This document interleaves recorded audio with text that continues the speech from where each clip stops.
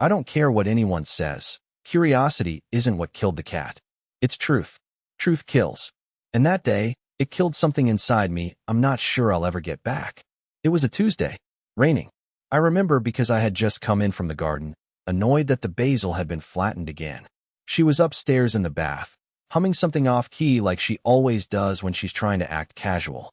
Her phone buzzed next to her teacup. Unlocked. Face up. Lit screen. That's all it took. I wasn't trying to snoop. I was going to silence it. That's all. That's all I told myself. But then I saw the name, Seb. And under it, just 4 words. Still think of you. Now, you're probably thinking that could mean anything. Innocent. Harmless. But you didn't see the heart emoji. You didn't feel the freeze I felt.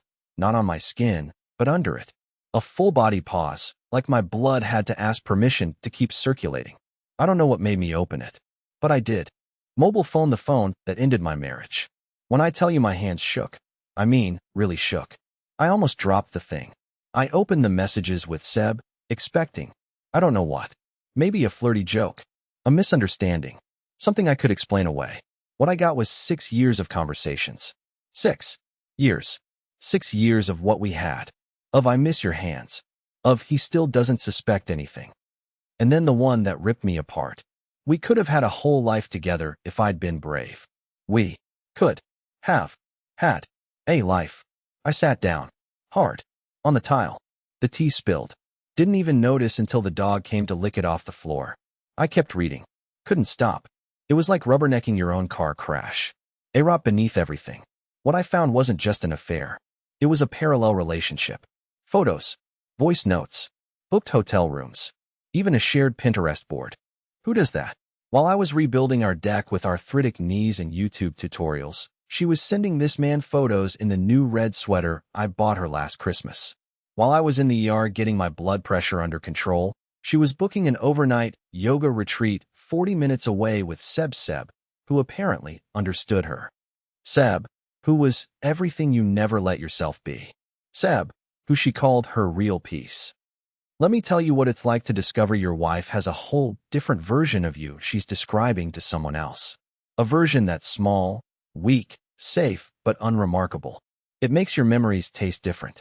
It retroactively poisons everything. She came downstairs in a towel. I didn't even look at her when she said, "Oh, did my phone buzz?" I just handed it to her. And I asked one question. Who's Seb? The silence after that question is something I'll carry with me into the grave. She sat, slowly, crossed her legs, held the phone like it was going to bite her. And then, I'll never forget this, she didn't deny it. Didn't try to lie. She just said, "You were going to find out eventually." Eventually? Eventually? Like this was a scheduled event. Like we were going to sit down over muffins one day and have a tidy conversation about how my wife's second life was just part of her personal growth journey. Brain her reasoning? She says it started because she felt like she was losing herself. Said I was comfortable and that I had no passion left in my eyes. Said she didn't feel like a woman anymore, just a wife. Just a cook. Just a presence. I told her I would have done anything to fix that. I would have sold the house and moved to the coast. Taken up dancing. Grown my hair out. Anything. But you never asked me. You just replaced me. She cried. Hard. I didn't. I've always been the emotional one. I cry during Pixar movies. I keep every letter my kids ever wrote. I have a playlist for when the dog is at the vet. But that day I was dry. Because something deeper than tears was happening. Something like grieving a ghost you didn't know had died years ago. I didn't leave the house that night. I wish I could say I grabbed my keys, stormed out into the rain, drove somewhere far enough away that the GPS couldn't find me. But no, I stayed. Not because I'm strong. Not because I'm noble. But because I was frozen. Numb. There's something surreal about being betrayed by someone whose toothbrush is still wet from brushing her teeth next to yours. The absurdity of sitting across from her at the dinner table while mashed potatoes steam between you and realizing you don't know who she is. It's enough to break your brain. She made meatloaf that night. Meatloaf. Like we were still a normal couple. Like the timeline hadn't just been split in two. She asked me if I wanted ketchup or gravy, and I just stared at her hands. Those same hands that had braided our kids' hair, carried boxes when we moved, rubbed my back when I had the flu. Those same hands that, now I knew, had texted Seb late at night while I snored 3 feet away. I didn't answer. I just sat down, plate untouched, fork resting like a weapon I didn't know how to use. She sat too. No eye contact. We ate in silence. Or she did, anyway. I watched the clock. I couldn't stop thinking about all the dinners we'd had just like this one. Thousands of them. Were those nights also a lie? Was Seb part of our table in spirit, laughing quietly behind my back? I finally broke the silence and asked her something I had been dreading. Did anyone else know? She didn't flinch. She didn't pretend not to understand. Yes, she said. One person. That sentence might seem small, but it hit me like a car crash. Someone else had known. Not just about Seb, but about me. About what I didn't know. Someone out there had looked me in the eye, smiled at me, shook my hand maybe, while knowing I was being made a fool of. I asked her who. And that's when everything took a turn I hadn't prepared for. She said the name Liza. My sister. My only sibling. My best friend since we were little. The person I called when I couldn't make sense of the world. Liza found out by accident, she said, barely above a whisper. A few years ago. She saw a message on my phone when I left it in the guest room. I begged her not to say anything. I told her it was over. Was it? I asked. No, she admitted. But I told her it was. And she believed me. I pushed back from the table so hard my chair screeched like a dying animal. I felt hot in the face, but cold everywhere else. I couldn't believe it. Liza, of all people. I had defended Marjorie to her dozens of times. Every time Liza made a comment like, Marjorie seems a little distant lately, or don't you think she's out late a lot? I waved it off. I thought my sister was just being overprotective, and she let me believe that. She let me. That night, I didn't sleep. I just lay on the couch staring at the ceiling fan, replaying every interaction I'd had with Liza over the past few years. The awkward silences. The way her eyes would drop when I mentioned how lucky I was to have Marjorie. The sudden ending of a conversation when Marjorie entered the room. It all made sense now. My life had been a puzzle that only everyone else had seen the full picture of. And here's the thing I haven't said yet. Something that sounds small but hurts more than the betrayal itself. I'm not angry. I'm humiliated. Anger feels active, hot, alive. But humiliation is dead weight. It's walking through your house and seeing every photo frame as a piece of fiction. It's knowing people pitted you, and you were too and loved to notice. It's realizing that your loyalty wasn't just wasted, it was mocked.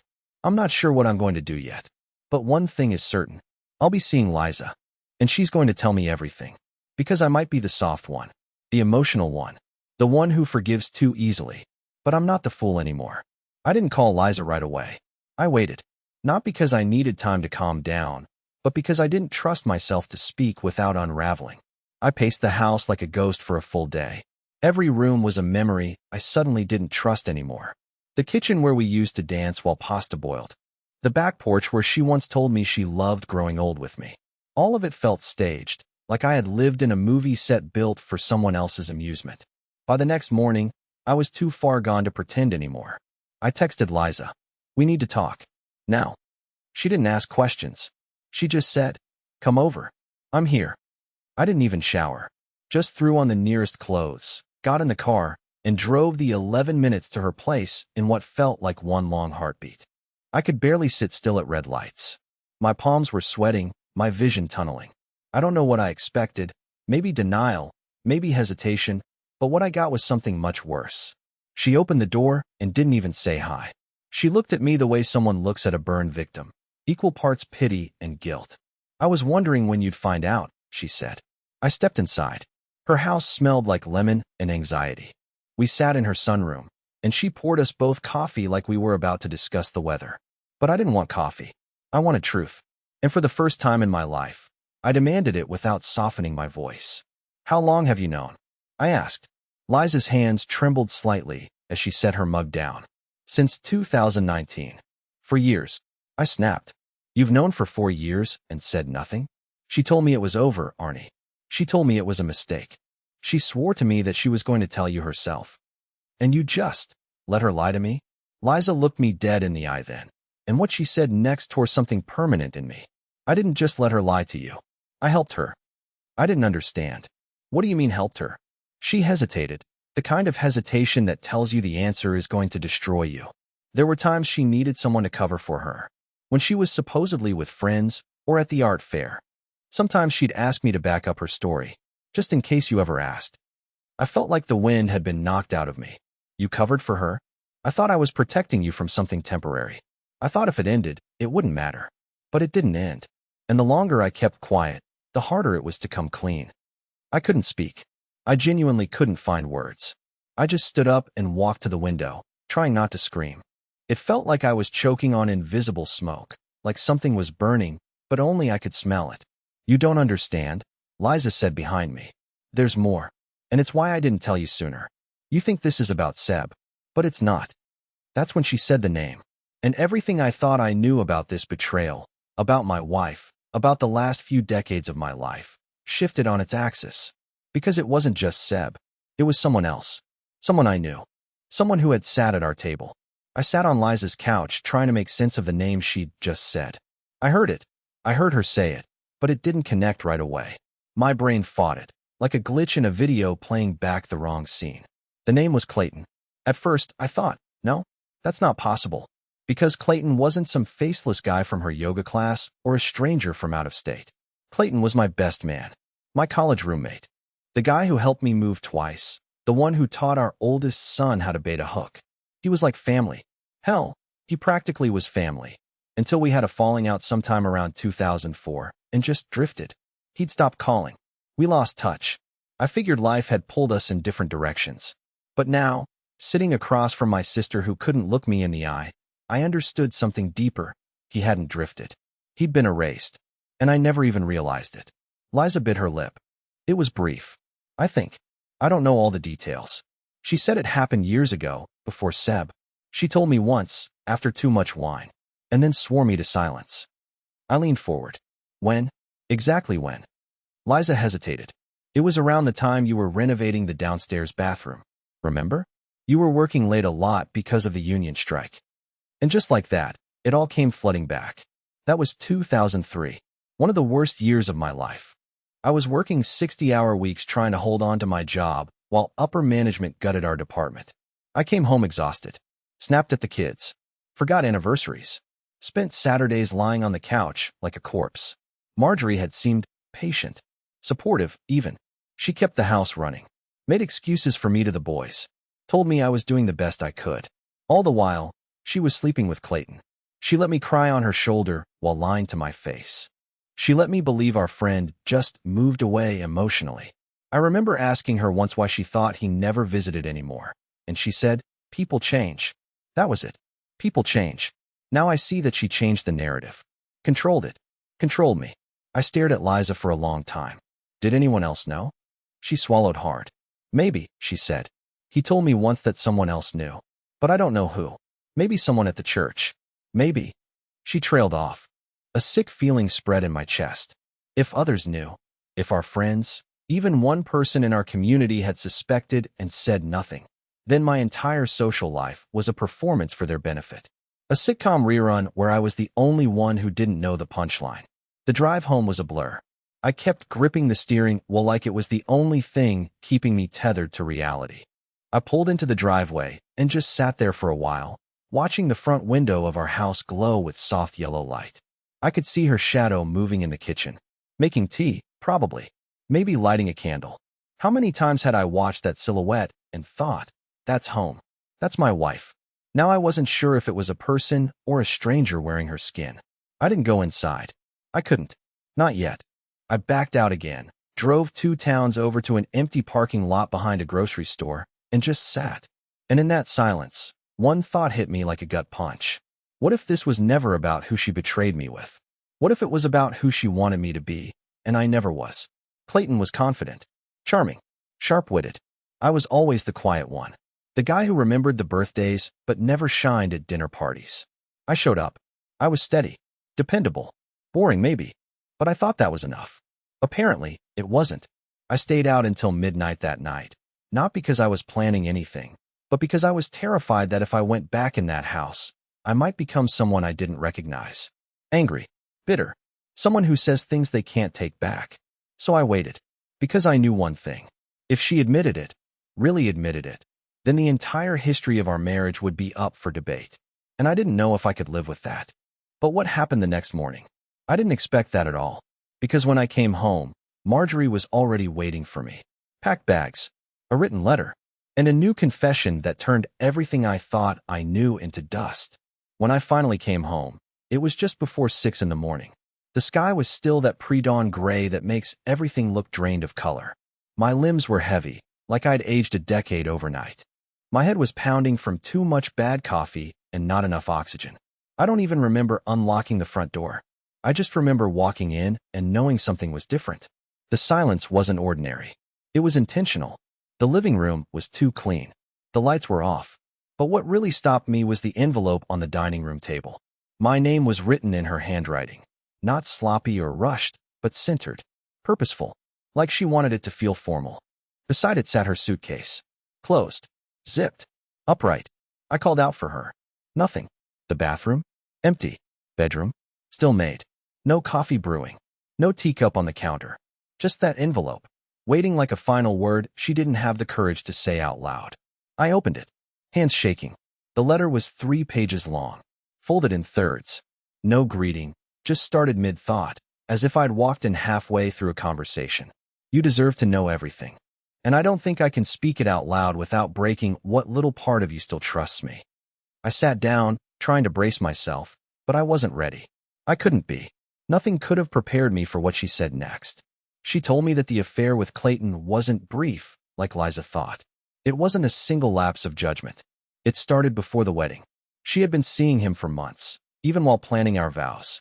They had talked about running away together once. Said they even went as far as pricing apartments in Chicago. He made me feel alive, she wrote. But you made me feel safe. And I chose safety. I thought it was the more grown-up thing to do. That line crushed me. Not because it was cruel, but because it was so honest, so coldly rational. I was the fallback plan, the safe harbor, the second choice. She didn't stop there. She admitted they reconnected briefly after our first son was born. That during a rough patch when I was struggling with sleep and work stress, she flew to Cincinnati under the pretense of visiting her cousin, but really, she saw him. Clayton. Again. After all those years. They spent 2 nights together. She said it was the last time, but at that point, what did it matter? Then came the sentence that took my breath away. For years, I've wondered if Colin is yours. I'm sorry. I truly don't know. Colin. Our oldest. My boy. The one I taught to ride a bike. The one who spent hours with me building model airplanes and falling asleep on my chest during Saturday night movies. She was telling me, maybe, he wasn't mine. There was a buzzing in my ears when I read that. Like pressure inside my skull. I had to reread the sentence 5 times before I could even process the grammar. The implication buried in that line, it wasn't just betrayal. It was identity theft. It was the burning down of an entire fatherhood. She went on to say that she'd kept the secret for years, but never found the right moment to tell me. She told herself it didn't matter because I was the one who raised him, loved him, sacrificed for him. That biology was irrelevant when weighed against 30-plus years of parenting. But she knew. Deep down, she knew the truth would come out eventually. That one day, in some awful way, it would surface. And I'd see everything differently. And I did. I do. The last page of the letter said she was going to stay with a friend for a while. She didn't say who. She didn't ask for forgiveness. She didn't try to justify the choices any further. All she said was, I never stopped loving you. I just didn't love you the way you deserved. I folded the letter slowly, like it was something sacred, or maybe radioactive. My fingers were trembling, but I placed it back into the envelope with the weirdest sense of reverence. Like it was the last chapter of a book I'd never wanted to read. And then I just sat there. For what felt like hours. I didn't cry. Not because I didn't want to. I was just emptied out. There was nothing left. Not anger. Not grief. Not even confusion. Just a dull, aching space inside me where a lifetime used to be. I looked at her suitcase again. That was real. Tangible. Packed by her own hands. But everything else. The house. The memories. The photos hanging in the hallway. They suddenly felt like props on a set that was being dismantled. Like someone had pulled the curtain and revealed wires and scaffolding where a life once stood. And still, the worst part wasn't that she cheated. Or that she lied. Or even that she might have buried the truth about my son for decades. The worst part was that I never saw any of it coming. I didn't touch the letter again after I read it. I didn't even move it. It sat there on the table for 2 full days, untouched like a loaded gun, while I wandered the house in silence. I couldn't bring myself to eat. Couldn't even look at the family photos without flinching. Every smile felt like a lie I'd been fed with a silver spoon. Every birthday cake, every camping trip, every night spent rocking my son to sleep. All of it suddenly felt conditional. Like someone had put an asterisk next to my memories and never told me what the footnote said. But I knew I couldn't avoid it forever. I had to talk to Colin. He was always the quiet one. Level-headed. Smart. More like Marjorie than me. Honestly, always calm, thoughtful, rational. That's what made this harder. If it had been our younger son, Nate, I could have handled the chaos. He yells. He cries. But Colin thinks before he speaks. And I was terrified of what he'd already figured out without telling me. I called him, told him I needed to talk. He came the next morning. When he walked through the door, I saw something in his face that nearly knocked me flat. He knew. Not everything, but something. The same way a dog knows a storm is coming, by instinct. We sat down in the den, the same spot where I used to help him with algebra. He looked around like he was taking inventory of his entire childhood and seeing it differently, too. I got your message, he said. Mom called me yesterday. That was enough to set the fire burning in my chest again. Did she tell you what she told me? He nodded. Slowly. Not everything, but enough. I know about Seb. And Clayton.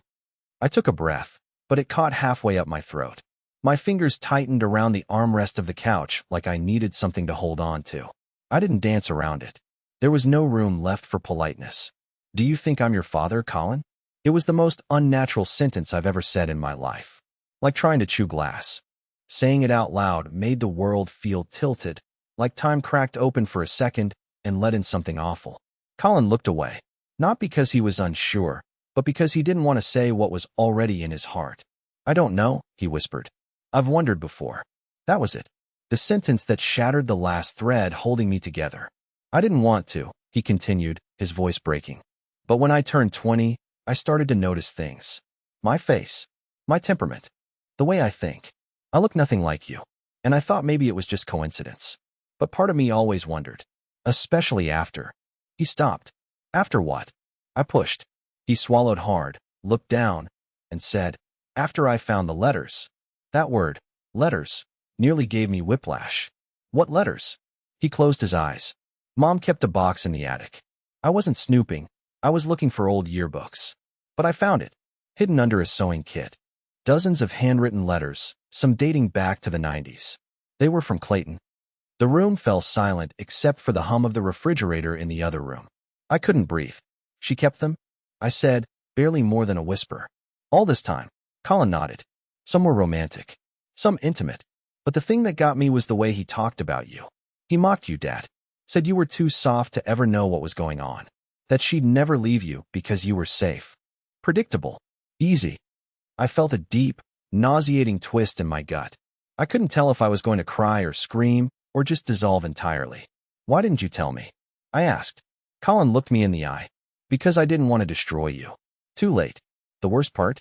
I wasn't angry at him. I wasn't even angry at her in that moment. I was angry at myself for being so trusting, so blind, so eager to believe that love was enough to make someone stay. I had built an entire life around the idea that loyalty mattered, that consistency and kindness were pillars strong enough to carry a marriage. But I hadn't built a marriage. I had built a shell, a beautiful, polished shell hiding rot so deep I'd never smelled the decay. Colin stood up. I could see his hands trembling even as he tried to keep his voice even. I can get a DNA test if you want, if it would give you peace. But that was the thing. I didn't want peace. I wanted the past. And I couldn't have it. I didn't sleep the night after Colin left. I tried. God knows I tried. I laid down in my bed, alone for the first time in what felt like centuries, staring up at the ceiling where we once taped glow-in-the-dark stars for our kids. They were still there, faded and crooked now, but I couldn't bring myself to take them down. That ceiling had seen every version of me, young and broke, proud and tired, terrified and hopeful. But never this. Never broken. By 4:30 a.m. I was up and dressed. I didn't even turn the lights on. I moved through the house like a ghost, grabbing my wallet and keys, whispering, "Don't do this," under my breath, even as I slid into the car. But I was already driving before my conscience could stop me. I had one destination in mind, Clayton. The man had disappeared from my life nearly 2 decades ago, but people like him don't stay hidden. They just drift to places where no one asks questions. Liza had once mentioned that he moved upstate. Something about a cabin, some solitude after a divorce. I never followed up because I didn't care, or more honestly, because I trusted my wife when she said he was long gone. It took me less than an hour to find him. One search, one address. The internet doesn't forget the way people do. His cabin was tucked into a forest line just past a dried-up lake. The gravel cracked under my tires as I pulled in, the kind of sound that tells a man someone's coming. His truck was there, older model, red, rust curling around the edges like a secret it wasn't trying to hide. I parked, turned off the engine, and for a few minutes, I just sat. My hands were sweating so badly I couldn't grip the door handle. I wasn't there to fight. I wasn't even sure why I came. Part of me wanted answers. The other part? It wanted to see his face when he realized I knew. I walked up to the door and knocked. No answer. I knocked again, louder this time, and just as I was about to turn around, it opened, slowly, cautiously. And there he was. Older, grayer, but still him. Still Clayton. Still the man who had once toasted my marriage and kissed my wife when I wasn't looking. He looked at me and didn't even pretend to be surprised. Well, he said, I guess this was inevitable. We didn't sit. We didn't shake hands. He didn't invite me in. We stood there on his porch like two men waiting for a gun to go off. I got right to the point. Did you know she told me? He nodded once, eyes steady. She called me after she left. Said she couldn't keep the weight anymore. I clenched my fists. And what about Colin? You knew about that too? A pause. Then, slowly, I suspected. That word again. Suspected. Like it meant nothing. Like suspicion didn't ruin lives. I stepped closer. You had the chance to say something. Years ago, when you were standing beside me at my wedding. When you were eating at my table. Watching my son grow up. You had every chance to come clean. He didn't flinch. I wasn't proud of it, Arnie. But she didn't choose me. That's the part you're missing. She chose you. I was the mistake. You were the life. You were never just the mistake, I snapped. You were the backup plan in case her life with me got too quiet. He looked away. For the first time, I saw guilt flicker across his face like a shadow. But then he said something I didn't expect, something that changed everything again. There was someone else who knew. Not just Liza. That froze me. What are you talking about? He hesitated. Then, you remember Darla? The woman Marjorie used to work with at the school? Of course I remembered Darla. The overly friendly coworker who always hugged me a little too long and called me the sweetest husband. I hadn't seen her in years. She caught us once, Clayton said. Back in 2003. She saw us at a motel outside of town. We begged her not to say anything. I think Marjorie even paid her off. Gift cards, maybe. A favor. I don't know. I stepped back. Suddenly the air around me felt thick. Suffocating. So this wasn't just a betrayal between two people. It was a network of silence. A whole ecosystem of enablers. Friends, co-workers, family. All orbiting around a secret I didn't even know existed. How many people knew? I whispered. How many were laughing behind my back? Clayton didn't answer. He didn't have to. His silence was the answer. I didn't punch him. I didn't scream. But when I walked back to my car, something inside me shifted. I'd come there looking for closure, but what I got was confirmation, not just of the affair, but of something deeper, something darker. My life hadn't just been invaded. It had been observed, watched, covered up. I had been the last one to see the cracks in the painting I thought was my family.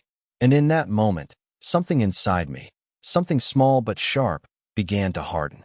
Because now I wasn't just the betrayed husband. I was the man they underestimated. It had been 4 weeks since she left the letter. 4 weeks since the truth unraveled everything I thought was permanent. The house was quieter than ever. Too quiet. I'd started sleeping in Colin's old room, not because I had to, but because I couldn't bear the echo of our marriage in the master bedroom. I kept thinking it would get easier with time, but grief doesn't work on a schedule. Some days I was angry, furious. I'd snap at the TV, curse at the garbage disposal. Other days I just sat in the garden, staring at a patch of dirt where the tulips should have come in, but didn't this year. I didn't cry much, which scared me. It's not like me. I'm a man who cries at sappy movie endings. But this wasn't a movie. This was my life. And I felt blank. Until the morning she came back. No warning. No text. just the sound of a car door outside, and there she was, standing on the porch, holding her keys like they might turn into a shield if I yelled. But I didn't yell. I just looked at her, really looked at her. And I saw a woman who had been crying for weeks too. A woman who was terrified of the man she thought she knew and what might be left of him. "I'm not here to win you back," she said softly. "I'm here because I owe you the truth. All of it. No more secrets." I nodded once. That was all I could manage. She followed me inside, back to the kitchen where we'd once carved pumpkins with the kids. It felt smaller now, dimmer. But maybe that was just my heart talking. We didn't talk for hours. We sat at the table, 2 mugs of untouched tea cooling between us, and just breathed the same air. Eventually, I said the one thing I needed to say before anything else. "I don't hate you." Her eyes filled instantly. "I hate myself." I shook my head. "Don't. That doesn't help me. It doesn't undo anything. I've spent weeks trying to rearrange the last 37 years in my head like a puzzle I suddenly realized had missing pieces. But you know what? I raised a good son. I loved a woman the best I knew how. I was loyal, kind. That was real, even if you weren't." She started crying then, hands covering her mouth, shoulders shaking. And I let her. I didn't rush to comfort her. That wasn't my role anymore. I just let her sit in the wreckage. It was her turn. Then I told her something that shocked even me. "I'm not divorcing you. Not yet." She blinked, stunned. "I'm not taking you back either," I added. "But I need time. I need to figure out who I am without you. And I want you to do the same. Not as punishment, as healing." She nodded slowly. "I understand." We talked for hours after that. Not as husband and wife. Not even as friends. Just as 2 people standing in the aftermath of a storm, trying to find dry ground. She left that evening. But something strange happened as I watched her drive away. For the first time in a long, long while, I felt peace. Not because I forgave her completely, but because I forgave myself. I forgave myself for trusting, for not knowing, for loving someone who couldn't love me fully back.